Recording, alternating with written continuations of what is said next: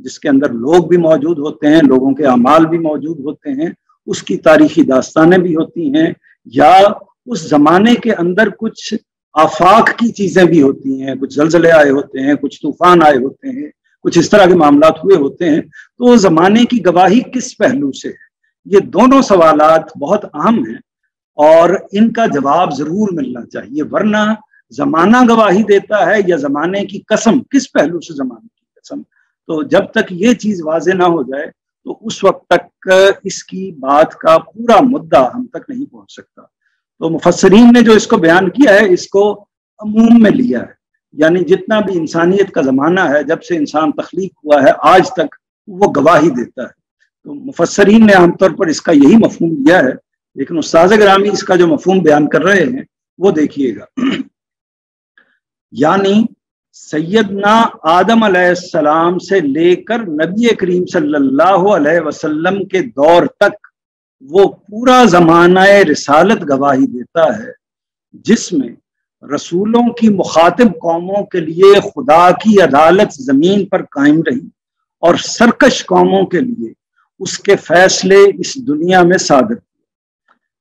یہ بات اس طرح بھی کہی جا سکتی ہے کہ تاریخ گواہی دیتی ہے، یعنی وہ تاریخ جو رسولوں کی تاریخ ہے وہ گواہی دیتی ہے۔ اس لحاظ سے دیکھیے تو یہ ایک لفظ ان تمام سرگزشتوں کا عنوان ہے جو قرآن میں اس بات قیامت کے لیے مذکور ہوئی۔ یہ ایک لفظ ان تمام سرگزشتوں کا، ان تمام داستانوں کا، ان تمام قصوں کا عنوان ہے، ٹائٹل ہے، جو قرآن میں اس بات قیامت کے لیے مذکور ہوئی ہے۔ پھر اعادہ کر لیتے ہیں، آگے اس کی تفصیل کر دی ہے انہوں نے۔ عاد و سمود، قوم نوح، قوم لوط، قوم شعیب اور اس طرح کی دوسری قوموں کی سرگزشت سے قرآن نے جگہ جگہ استدلال کیا ہے، یعنی قرآن مجید اس پر استدلال کرتا ہے کہ جب اللہ کا رسول آتا ہے کسی قوم کے اندر، وہ قوم عاد کی طرف آیا، سمود کی طرف آیا، اسی طرح نوح کی قوم کی طرف حضرت نوح آئے، لوط کی قوم کی طرف اسی طرح حضرت لوط آئے، حضرت شعیب آئے اپنی قوم کی طرف۔ تو یہ جو مختلف رسول آئے ہیں اپنی اقوام کی طرف، وہ جب کسی قوم کی طرف آتے ہیں تو ان کی ایک تاریخ ہے جس کو قرآن مجید نے بیان کیا ہے کہ وہ جب بھی آئے ہیں تو ان کا فیصلہ اسی دنیا میں سنا کر گئے ہیں، ان کی قیامت صغریٰ برپا ہو گئی ہے، یہ پتہ چل گیا ہے، یہ طے ہو گیا ہے کہ یہ لوگ جو ہیں یہ ابدی سزا کے مستحق ہیں اور یہ لوگ ابدی جزا کے مستحق ہیں، یہ طے ہو گیا۔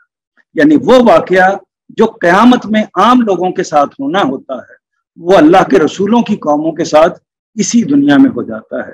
تو اس کی تاریخ ہے ایک، جس کو قرآن مجید نے جگہ جگہ بیان کیا ہے۔ پورا قرآن مجید اس کی تکرار سے ایک طریقے سے بھرا ہوا ہے، اور اس کی وجہ بھی کیا ہے؟ وجہ یہ ہے کہ خود رسالت مآب صلی اللہ علیہ وسلم اسی رسالت کے منصب پر فائز تھے۔ یہی استدلال یہاں ایک لفظ میں بیان کر دیا ہے۔ یہ در حقیقت، اب اس کو واضح کر رہے ہیں، یہ در حقیقت قیامت پر اس قیامت صغریٰ سے استدلال ہے جو بار بار اس لیے برپا کی گئی ہے کہ آخرت کے تصور کو اس معیار پر ثابت کر دیا جائے جس معیار پر سائنسی حقائق معمل یا لیبارٹری کے تجربات سے ثابت کیے جاتے ہیں۔ انفس و آفاق کے دلائل کے ساتھ اس بات قیامت کے لیے یہ تاریخ کی گواہی ہے۔ اس کو مزید سمجھ لیجئے، جو انہوں نے لیبارٹری کا، معمل کا لفظ استعمال کیا ہے، معمل یعنی لیبارٹری جس کے اندر عمل کیا جاتا ہے، تجربہ گاہ جس کو ہم کہتے ہیں۔ تو یہ اللہ تعالیٰ کا جو انسانوں کے لیے میسج ہے، اپنے پیغمبروں کے ذریعے سے اللہ تعالیٰ جو انسانوں کو پیغام بھجواتے ہیں، وہ ایک ہی نقطے پر بنیادی طور پر مبنی ہوتا ہے۔ وہ یہ ہے کہ تمہاری آزمائش کا سلسلہ جاری ہے، اس دنیا میں آپ سب انسانوں کو آزمائش کے لیے، امتحان کے لیے بھیجا ہے۔ اس امتحان کا ایک دن نتیجہ آنا ہے، اور نتیجہ کب آنا ہے؟ جب تم دوبارہ زندہ کر کے اٹھائے جاؤ، وہ قیامت کا موقع ہوگا، اس دن تم زندہ کر کے اٹھائے جاؤ گے، اور اس دن تم نے جو کچھ بھی کیا ہوگا اس کا حساب کتاب ہوگا، اور اس کے لحاظ سے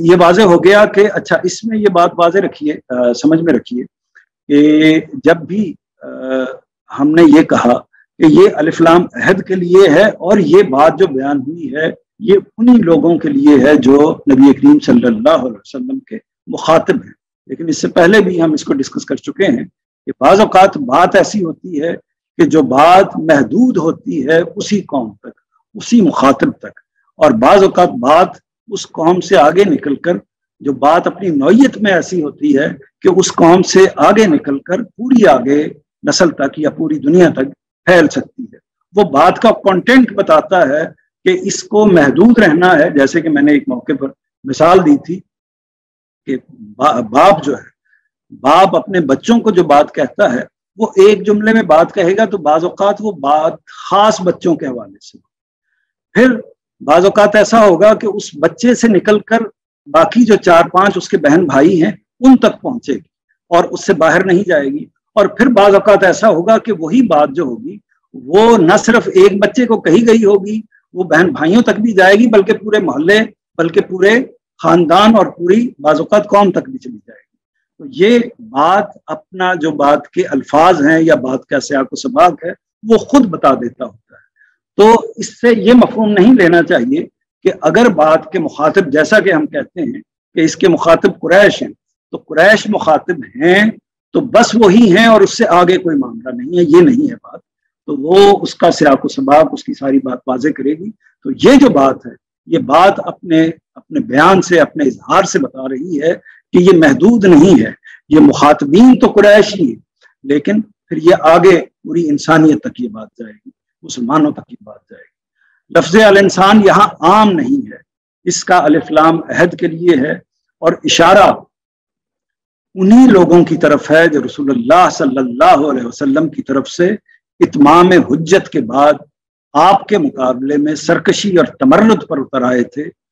خسارے سے مراد، اب اگلا جو ہے کہ یہ انسان خسارے میں پڑ کر رہیں گے، خسارے سے مراد دنیا اور آخرت دونوں کا خسارہ، یعنی دنیا میں بھی عذاب سے دوچار ہوں گے اور آخرت میں بھی عذاب سے دوچار ہوں گے۔ یہ ظاہر ہے کہ دنیا میں عذاب سے یقینی طور پر دوچار وہی لوگ ہوتے ہیں جن کے مخاطب، جن کو نبی کریم صلی اللہ علیہ وسلم نے یا دیگر رسولوں نے مخاطب کیا ہوا ہوتا ہے، یعنی قریش چونکہ وہ لوگ تھے جن پر اللہ کا رسول آیا تھا اپنے پیغام کو، اپنی دعوت کو پہنچانے کے لیے، اس لیے ان پر دونوں طرح کا خسارہ تھا ان کے لیے، یعنی دونوں طرح کا عذاب ان پر آنا تھا اگر وہ آپ پر ایمان نہ لاتے۔ ایک اس پہلو سے کہ ان کو اسی دنیا کے اندر عذاب سے ان کے اوپر نافذ کر دیا جائے گا، جیسے پیچھے آپ دیکھ لیں کہ قوم نوح پر پانی کے ذریعے سے عذاب آیا اور پوری قوم کو برباد کر دیا۔ تو وہ دنیا میں تو وہ ملیا میٹ ہو ہی جاتی ہے، لیکن آخرت میں بھی ان کا معاملہ یہ ہوتا ہے کہ گویا کہ ان کا فیصلہ تو دنیا میں ہوتا ہے اور آخرت میں ان کا حساب کتاب نہیں ہوتا، بلکہ ان کو وہیں اسی تسلسل میں اٹھا کر آگے جہنم واصل کر دیا جاتا ہے۔ تو یہ معاملہ ان قوموں کا ہے جن قوموں کی طرف رسول آتے ہیں، اور باقی جو لوگ ہیں ان کے علاوہ ان کا حساب کتاب قیامت کے موقع پر ہونا ہوتا ہے۔ خسارے سے مراد دنیا اور آخرت دونوں کا خسارہ ہے، یعنی دنیا میں بھی عذاب سے دوچار ہوں گے جس طرح کے رسولوں کی مخاطب قومیں اس سے پہلے ہوتی رہی ہیں، اور آخرت میں بھی ایک بڑا عذاب ان کے لیے منتظر ہے۔ ان کی نگاہ دنیا کے مال و جاہ اور دولت و اقتدار پر ہے، یہ سمجھتے ہیں کہ پیغمبر کی مخالفت کر کے یہ نفع کا سودا کر رہے۔ حقیقت یہ ہے کہ یہ خدا کے قانون مکافات کی زد میں، قانون مکافات یعنی وہی جزا و سزا کا قانون، حقیقت یہ ہے کہ یہ خدا کے قانون مکافات کی زد میں ہیں جس سے یہ عنقریب دوچار ہو جائیں، اس لیے متنبع ہو جائیں ان کی روش یہی رہی تو لازماً خسارے میں پڑے۔ یہ بعض پہلوؤں سے اس میں ہو سکتا ہے کہ کوئی اشکال پیدا ہو، تو اس لیے رک کر میں چاہوں گا کہ اگر یہاں تک کی جتنی بات ہوئی ہے اگر اس کے پہلو سے کوئی سوال ہے تو اس کو واضح کر دیا۔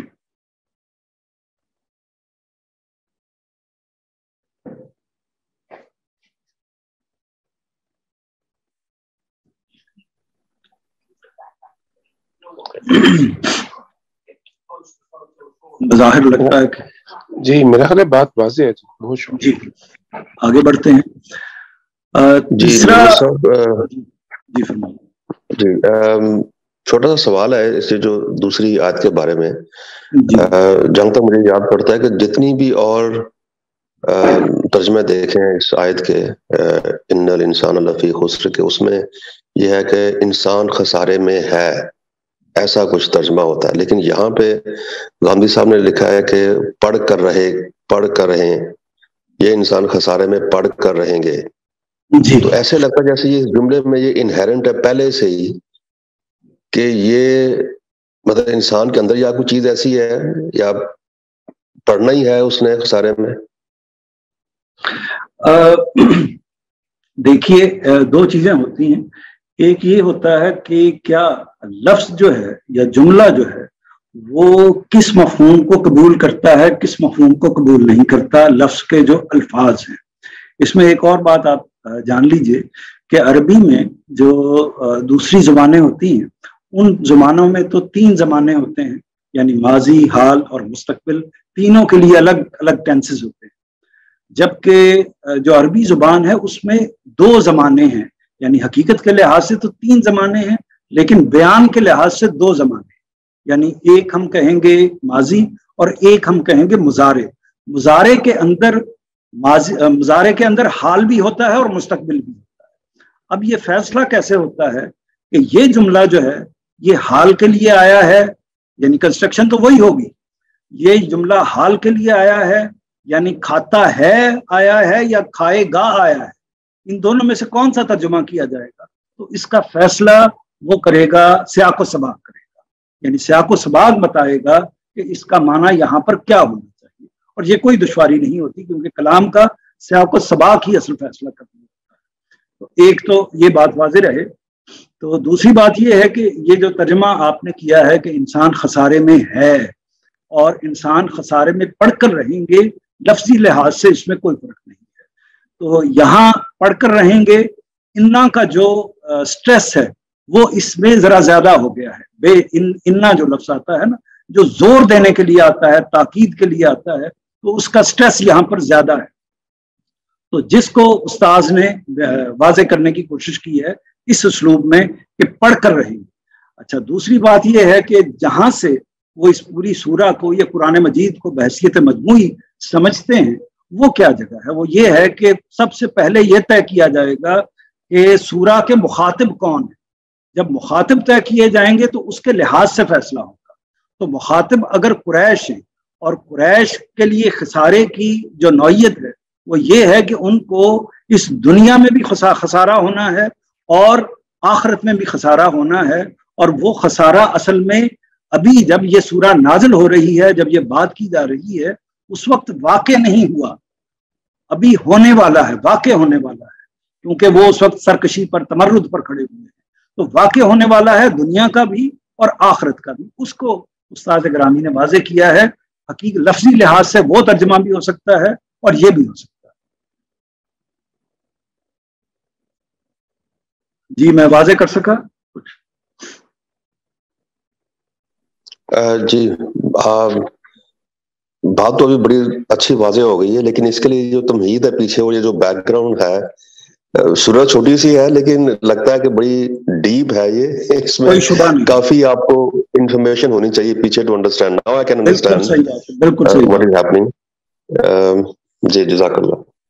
اور اس میں جو جیسا کہ یہ صرف والعصر ہے، صرف والعصر ہی پوری ایک داستان کو، جس کو استاذ نے بھی بیان کیا ہے کہ یہ اصل میں والعصر کا لفظ پوری اس ہسٹری کو بیان کرتا ہے جس کے اندر عاد ہے، سمود ہے، قوم نوح ہے، قوم لوط ہے، آل فرعون ہے، قوم عیسیٰ، ساری کی ساری جو رسولوں کی سرگزشت ہے وہ والعصر کے اندر آ گئی ہے. اچھا دوسرے زاویے سے دیکھیے آپ نے سوال کیا تو اس کو بھی مزید اس پر تھوڑی سی بات کر لیں. دوسرے زاویے سے دیکھیے کہ ہم اس تعویل کو یا اس پریزنٹیشن کو ایک طرف رکھتے ہیں. اب دوسری تعویل کی طرف آتے ہیں. دوسری تعویل یہ کہتی ہے کہ زمانے کی قسم یا زمانہ گواہی دیتا ہے. اب زمانہ کس پہلو سے گواہی دیتا ہے اس کو بہت متعین طور پر واضح نہیں کیا جاتا. مثال کے طور پر ہم یہ کہیں گے کہ جو انسان کی تاریخ ہے اس میں آنے والے مختلف حوادث ہیں وہ گواہی دیتے ہیں، تو ایک تو یہ براہ راست مخاطبین سے اس سطح پر متعلق نہیں ہوتا، اور دوسری بات یہ ہے کہ جو جیسے یہاں پر بیان ہوا ہے کہ زمانہ کس پہلو سے گواہی دیتا ہے، تو وہ سٹریس اس طریقے سے جیسے ہی ہم اس کی تعمیم کرتے ہیں، جنرلائز کرتے ہیں، تو وہ اس کی وضاحت نہیں ہوتی۔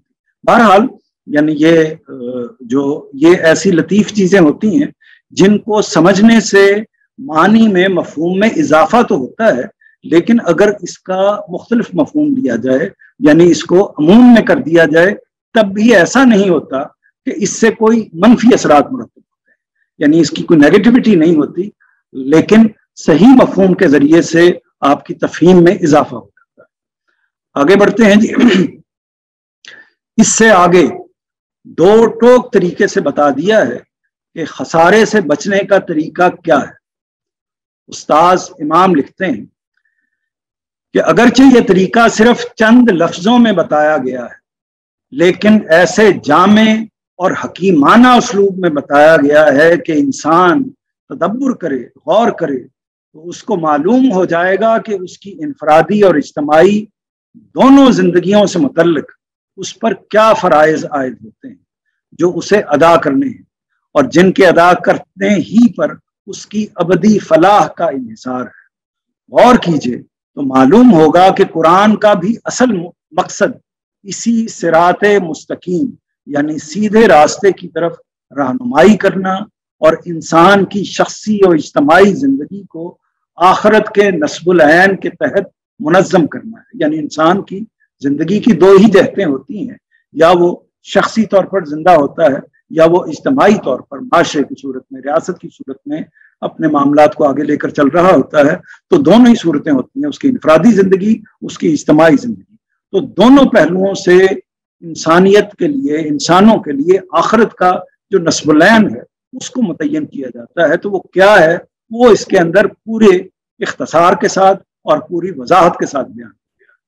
گویا یہ دیکھیے کیا جملہ انہوں نے لکھا ہے، گویا جو بات قرآن کی 114 صورتوں میں سمجھائی گئی، گویا جو بات قرآن کی 114 صورتوں میں سمجھائی گئی ہے وہ اسی سورہ کی 3 آیتوں میں سمو دی گئی۔ اس حقیقت کی طرف حضرت امام شافعی رحمۃ اللہ علیہ نے یوں اشارہ فرمایا ہے کہ اگر لوگ تنہا اسی سورہ اثر پر غور کریں تو ان کے لیے کفایت کرے گا، یعنی اسی کو اچھی طرح غور کر کے سمجھ لیں اور اس پر عمل درآمد کرنا شروع کر دیں تو ان کے لیے یہی سورہ ایک طرح سے، یعنی یہ بیان کی ایک بات ہوتی ہے، ایک طرح سے پورے دین کے بنیادی فہم کو حاصل کرنے کے لیے کفایت کرے۔ تو اس سے اندازہ کر سکتے ہیں کہ اس سورہ کی اہمیت کیا ہے، اور اس سورہ یہ اصل میں خلاصہ ہے ایک طریقے سے پورے دین کا، دین کی پوری بات کا، یا قرآن مجید کی پوری دعوت کا خلاصہ ہے 3 جملوں کے اندر۔ اگلا نقطہ دیکھیے، مگر وہ نہیں جو ایمان لائے اور انہوں نے نیک عمل کیے۔ 4 نمبر دیکھیے۔ اب یہ دیکھیے کہ یہاں پر ایمان کی بات ہو رہی ہے۔ ایمان ایک قدیم دینی اصطلاح ہے۔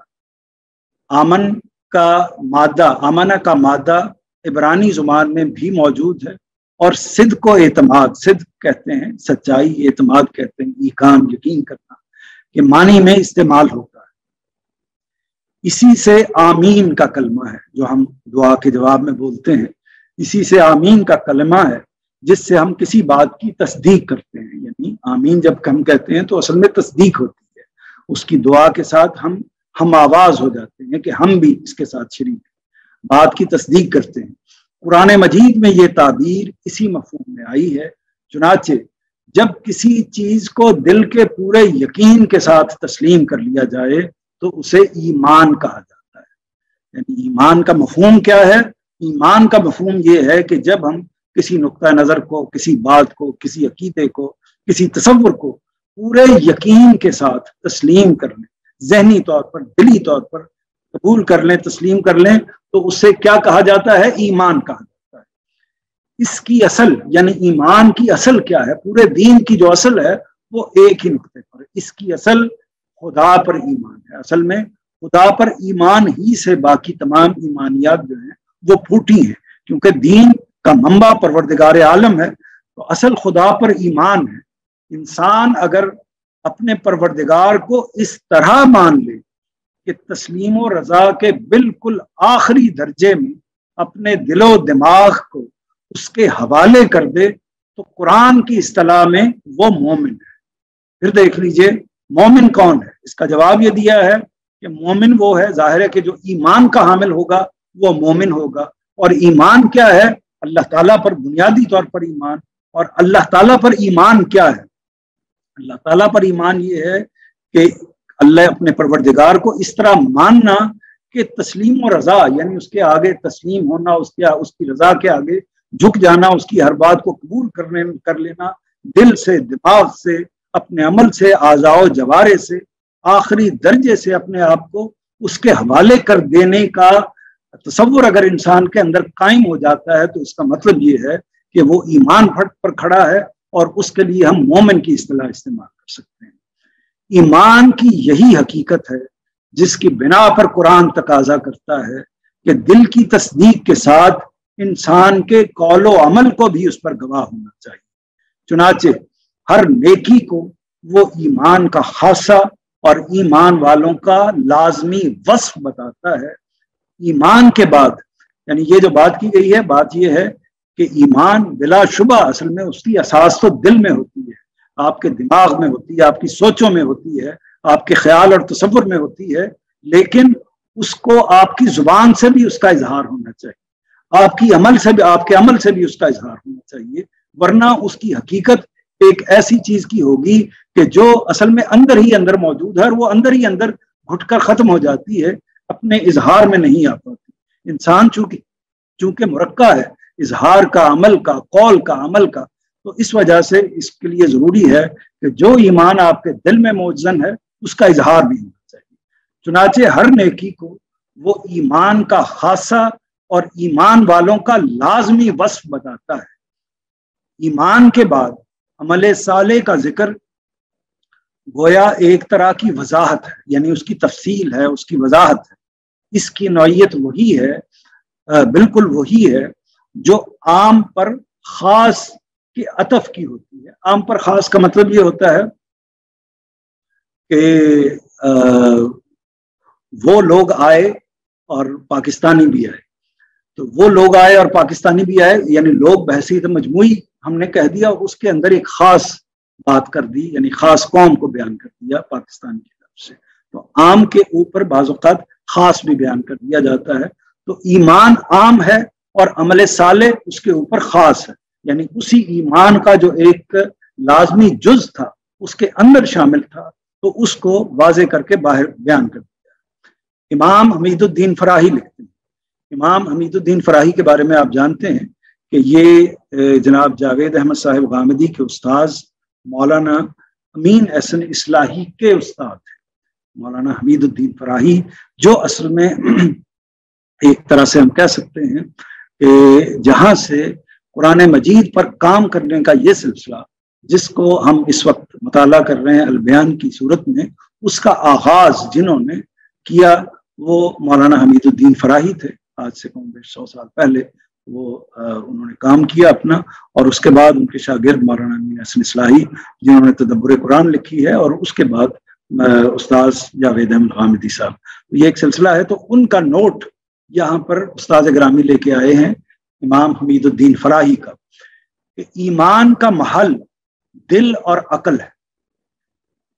یعنی ایمان کا مقام، ایمان کی جگہ جو ہے وہ کہاں پائی جاتی ہے، یعنی ایمان کہاں ایگزسٹ کرتا ہے. ایمان دل میں ایگزسٹ کرتا ہے، عقل میں، دماغ میں ایگزسٹ کرتا ہے. اور عقل و دل کے معاملات میں انسان نہ صرف دوسروں کو دھوکہ دے سکتا ہے بلکہ بسا اوقات خود بھی دھوکے میں رہتا ہے. یعنی یہ ہوتا ہے ہمارا معاملہ ہمارے ساتھ، اس بات کو ذرا سمجھ لینا چاہیے جو انہوں نے بیان کی ہے، کہ ہم یہ محسوس کرتے ہیں کہ ہم اپنی قوم کے ساتھ، اپنے ملک کے ساتھ محبت کرتے ہیں اور بڑے اس کے لیے دل گرفتہ بھی ہوتے ہیں، لیکن جب اس محبت کے اظہار کا موقع آتا ہے، یعنی مثال کے طور پر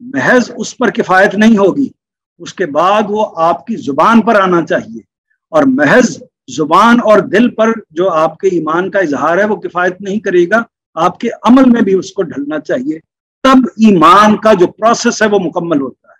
اس کے بغیر ایمان کو کامل نہیں کہا جائے گا، اس کو ادھورا کہا جائے گا۔ تو اس لیے اس چیز کا یہ جو خاص ایک نقطہ ہے، اس کا ضرور آپ کو لحاظ کرنا چاہیے۔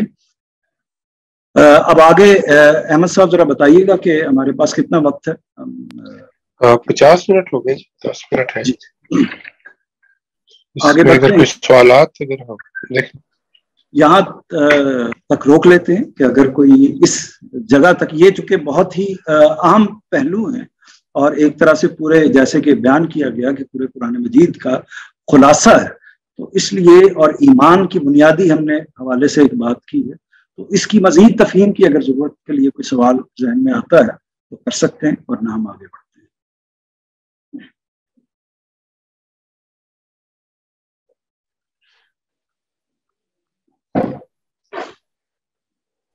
اس میں ایک پہلو جو اکثر یہ چیز سامنے آتی ہے جب تراجم کیے جاتے ہیں عربی سے اردو میں یا دوسری زبانوں میں، تو آج بھی جیسے ابھی آپ نے بہت اچھی طرح اس کی وضاحت فرمائی کہ والعصر، اور اس میں جو مختلف تفاسیر کرنے والے جو اہل علم گزرے ہیں ان کی ایک بات ہے، اور ایک کبھی استاد نے بھی فرمائی اور اس سے پہلے مولانا اسلائی صاحب بھی جو کہہ رہے ہیں، لیکن اس کا ایک دوسرا پہلو جو کئی دفعہ پوچھا جاتا ہے وہ یہ ہے کہ یہ والی بات جو اب جس کی تفسیر کی جا رہی ہے یا ترجمہ اس طرح سے کیا جا رہا ہے، یہ ان اہل قریش پہ بھی یہ بات واضح تھی اسی طرح سے کہ جب یہ ان سے کہا جا رہا تھا کہ والعصر، تو یہ ان نبیوں کی بات ہو رہی ہے کہ حضرت آدم علیہ السلام سے لے کر جب تک رسالت چلی ہے یا نبی آتے رہے ہیں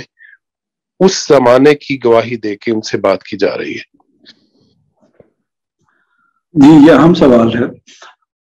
ایک تو یہ ہے کہ قرآن مجید نے جن اقوام کی گواہی دی انہی اقوام کی گواہی دی ہے، یعنی ضروری نہیں ہے کہ قوم نوح جیسا کہ ذکر ہوا، قوم عاد، قوم سمود اور باقی اقوام جتنی قوموں کا بھی ذکر ہوا ہے، تو وہ قرآن مجید میں جن قوموں کا بھی ذکر ہوا ہے، سوال یہ ہے کہ کیا قومیں اس سے واقف تھیں؟ تو اس کا جواب ہے یس، ہاں قومیں اس سے لازماً واقف تھی۔ ایک تو وہ زیادہ تر عرب ہی کے ایریے کے جو حجاز کے علاقے یا تھوڑے سے عرب سے فاصلے پر جو مختلف علاقے ہیں ان کے علاقے کی وہ اقوام تھی، اور یہ جو اہل عرب ہیں، قریش ہیں، تو وہ ان تمام داستانوں سے جزواً یا کسی نہ کسی پہلو سے واقف تھے۔ اچھا مزید یہ دیکھیے کہ قریش کون ہیں؟ قریش بنی اسماعیل ہیں، حضرت ابراہیم علیہ السلام کی اولاد ہیں، اور حضرت ابراہیم علیہ السلام کے جو دین کی روایت ہے وہ پوری طرح ان کے سامنے موجود ہے، یعنی ان کی انفارمیشن، ان کے سارے معاملات۔ اچھا اسی طرح وہ اکیلے نہیں رہ رہے، بلکہ ان کے ساتھ نصارہ بھی موجود ہیں، یہود بھی موجود ہیں جن کے پاس بائبل ہے، اور بائبل کے اندر یہ بیشتر رسولوں کی داستانیں بائبل کے اندر بھی موجود ہیں۔ تو اس لیے ایسا نہیں ہے کہ کوئی بھی کلام ایسا نہیں ہوتا کہ جب بڑا اعلیٰ مخاطب کسی بات کی کوئی تفہیم کرنا چاہتا ہے، اس بات کی تفہیم کے لیے کوئی مثال دیتا ہے، تو وہ بہتر کلام کا تقاضا یہ ہوتا ہے کہ وہی مثال دی جائے جس سے مخاطب واقف ہے۔ تو اس سے بھی لازم آتا ہے کہ جو بھی اللہ تعالیٰ نے جن رسولوں کی اور اسی طرح جن اقوام کی فہرست بیان کی گئی ہے وہ وہی قومیں ہیں جن سے یہ لوگ واقف تھے۔ اس سے ایک اور بات بھی واضح ہوتی ہے کہ یہ لازم نہیں ہے کہ یہی قومیں ہوں، اس کے علاوہ بھی رسولوں کی قومیں ہو سکتی ہیں جن کی طرف رسول آئے، اور لیکن چونکہ قرآن کے مخاطبین ان سے واقف نہیں ہوں گے اس لیے ان کا ذکر نہیں کیا گیا۔ ہم بھی اس سے واقف اس وجہ سے نہیں ہیں کہ قرآن مجید نے ان کا حوالہ نہیں دیا۔ تو اس لیے ایک بات تو یہ واضح ہو گئی کہ یہ پوری طرح جو مخاطب ہیں ان کو واضح ہوتا ہے۔ دوسرا جو اس کا پہلو آپ نے جس کی طرف اشارہ کیا وہ یہ ہے کہ جس زبان میں اللہ تعالیٰ بات کرتا ہے، مثلا ایک لفظ والعصر بول کر پوری تاریخ کا حوالہ دے دیا، تو اصل میں اس زبان کا یا اس کلام کا ایک عرف بن جاتا ہے۔ اس کا ایک حوالہ بن جاتا ہے. جب پیغمبر صلی اللہ علیہ وسلم اس قرآن مجید کی تلاوت بار بار کر رہے ہیں اور مختلف زمانوں کی گواہی دی جا رہی ہے، مختلف تاریخ کی داستانیں سنا کر بار بار ان کو اس کی طرف متوجہ کیا جا رہا ہے، تو اس کا مطلب یہ ہے کہ جو مخاطب ہے وہ پوری طرح اس پر واضح ہوگا کہ جب زمانے کا لفظ استعمال کیا گیا، ہسٹری کا لفظ استعمال کیا گیا، جیسے مثال کے طور پر ہم پاکستان میں کھڑے ہو کر پاکستان کا کوئی موجودہ لیڈر پاکستان کی 70 سالہ تاریخ کو سامنے رکھ کر یہ جملہ بولے کہ پاکستان کی تاریخ گواہی دیتی ہے کہ یہاں پر اسٹیبلشمنٹ جو ہے وہ اپنا کردار ادا کرتی ہے، تو یہ کہنے کی ضرورت نہیں ہے کہ یہ جملہ ہی کافی ہے تاریخ گواہی دے. تو وہ پوری طرح جو مخاطب ہے پاکستان کا وہ اس بات کو سمجھ جائے گا. تو اس لیے احساس یہی ہے کہ اور قرآن مجید کا جو لیول ہے اس سے بھی یہی اندازہ ہوتا ہے کہ وہ پوری طرح بات جو مخاطبین ہیں ان تک پہنچ چکی ہوگی.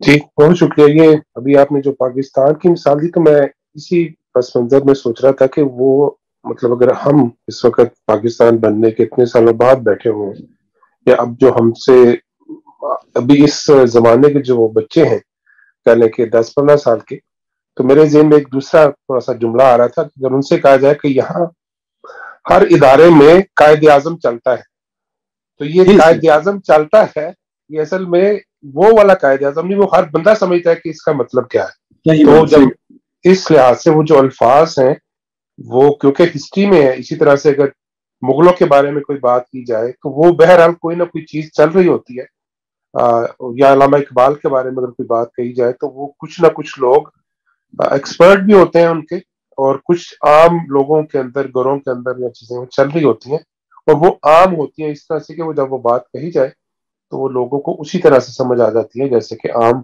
فہم میں بولا جا رہا ہوتا ہے. اور اگر فرض کریں کہ کسی نئے اسٹوڈنٹ کو، نئے بچے کو کوئی بات سمجھ میں نہیں بھی آتی، یعنی آپ نے قائد اعظم چل رہا ہے کا جملہ بولا اور اس کو سمجھ میں نہیں آیا، تو 10 بندے آپ کے ارد گرد میں موجود ہوں گے، وہ کسی سے بھی پوچھے گا تو وہ اس کو سمجھا دے گا کہ بھئی اس کا یہ یعنی اس کو سمجھنا مشکل نہیں ہوتا، آسان ہوتا ہے، کیونکہ پوری زبان اس کے اندر کھڑی ہوتی ہے. اس زندہ زبان جو ہے وہ ایک زندہ انسانوں کے اندر کھڑی ہوتی ہے جس کے اندر وہ بیہیو کر رہے ہیں. آگے بڑھتے ہیں جی. اس میں شبہ نہیں کہ قانون کی نگاہ میں ہر وہ شخص مومن ہے. اب استاذ گرامی اس پر مزید نوٹ لکھ رہے ہیں جو ایمان کی بات ہے اس کی مزید تفہیم کے لیے، کیونکہ یہاں یہ سوال پیدا ہوتا ہے کہ اچھا ایمان کے لیے تو اتنی کڑی شرطیں ہو گئی ہیں، پہلے دل میں ہو، پھر زبان سے اس کا اظہار ہو، پھر عمل میں بھی اس کا اظہار ہو، تو اس کا مطلب یہ ہے کہ مسلمان یا مومن تو وہی قرار پائے گا کہ جس کے اندر یہ تینوں کوالٹیز آخری درجے میں موجود ہوں، ورنہ اس کو مومن یا مسلمان کیسے کہا جا سکتا ہے. تو یہ سوال پیدا ہو گیا اس تقریر کے نتیجے میں. تو اس پر اس سوال ذہن میں اٹھنے والے اس سوال کا جواب استاد گرامی نے وہ کیا لکھتے ہیں؟ اس میں شبہ نہیں کہ قانون کی نگاہ میں ہر وہ شخص مومن ہے جو زبان سے اسلام کا اقرار کرتا ہے. یعنی چونکہ ہم دل میں جھانک کر نہیں دیکھ سکتے، یعنی اگر کوئی شخص بڑا اچھا عمل کر رہا ہے اور ایک زبان سے بھی اس کا اظہار، یعنی اسلام کا اظہار بھی کر رہا ہے، اسلام پر عمل بھی کر رہا ہے، لیکن دل کے اندر اس کے انتہائی نفاق موجود ہے، دل سے وہ اس کو تسلیم کرنے کے لیے تیار نہیں ہے، بلکہ کسی عذر کی وجہ سے، کسی مجبوری کی وجہ سے وہ یہ کام کر رہا ہے، تو لیکن ہم اس کے دل کو نہیں جان سکتے. تو اس لیے جو مومن ہونے کا یا مسلمان ہونے کا تعلق جو ہے وہ اس سے ہے کہ آپ اس کا اظہار کر دیں کہ میں مسلمان. تو ہر وہ شخص مومن ہے جو زبان سے اسلام کا اقرار کرتا ہے، اس کا یہ ایمان کم یا زیادہ بھی قرار نہیں دیا جا سکتا.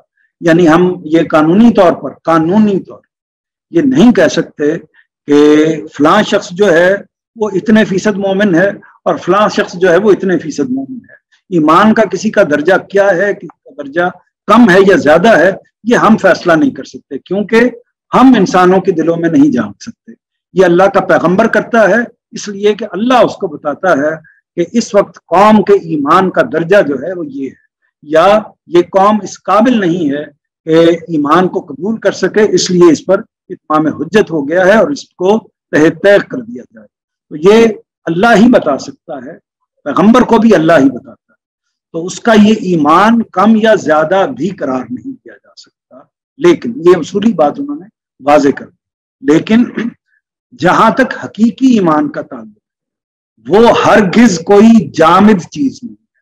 جامد چیز ہوتی ہے یعنی بالکل ٹھوس اور جمی ہوئی کوئی چیز، یعنی ایسی چیز نہیں ہے کہ جو بالکل ایک پختہ سی چیز بن کے آپ کے سامنے بیٹھ گئی ہے یا رکھی گئی ہے. وہ ہرگز کوئی جامد چیز نہیں ہوتی.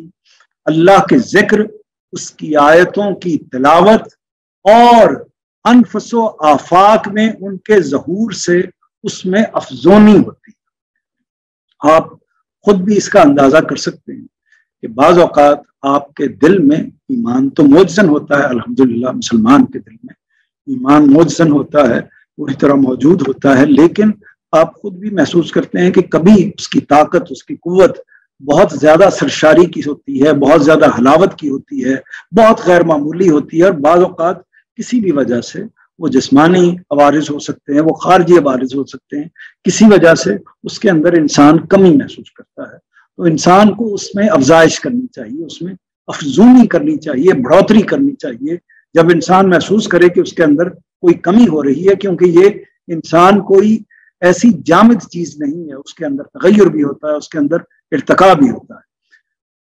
تو یہ اس کے لیے کیا کرنا چاہیے، اس کو استاد گرامی نے بیان کیا ہے کہ اللہ کا ذکر کرنا چاہیے، اس کی آیتوں کی تلاوت کرنی چاہیے قرآن مجید کی، اور انفس و آفاق میں ان کے ظہور سے اس میں افزونی ہوتی ہے، اس کی طرف متوجہ ہونا چاہیے. انفس یعنی وہ چیزیں، وہ دلائل جو ہمارے اندر کے دلائل ہیں، ہمارے وجود کے اندر کے، ہماری ذات کے دلائل. ہماری ذات خود گواہی دیتی ہے اس ایمان پر، اللہ کے پر ایمان پر، آخرت پر ایمان پر، توحید پر ہمارا اپنا وجود گواہی دیتا ہے.